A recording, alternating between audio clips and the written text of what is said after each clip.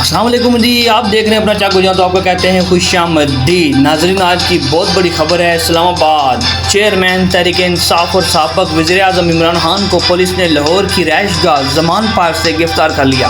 تفصیلات کے مطابق اسلام آباد کے سیشن عدالت کے جج ہمایوں دلاور نے عمران خان کو توشہ خانہ کیس میں جرم ثابت ہونے پر 3 سال قید اور 1 لاکھ روپے جرمانے کی سزا سنائی تھی۔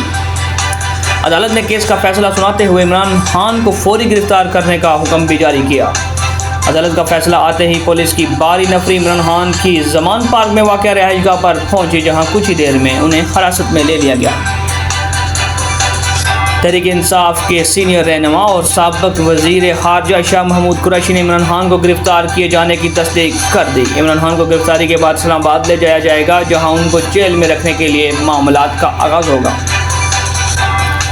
ناظرین، تحریک انصاف کے سابق وزیر اعظم عمران خان کو پولیس نے حراست میں لے لیا۔ مزید ویڈیو دیکھنے کے لیے ہمارے YouTube چینل کو سبسکرائب کریں، لائک کریں اور شیئر کریں۔ اللہ حافظ۔